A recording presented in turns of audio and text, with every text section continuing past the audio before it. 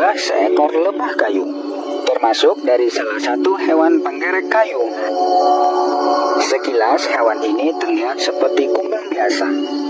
Bentuk tubuh dan matanya terlihat seperti lalat, namun dengan ukuran yang jauh lebih besar. Hewan ini memiliki nama ilmiah Psilocopa violacea.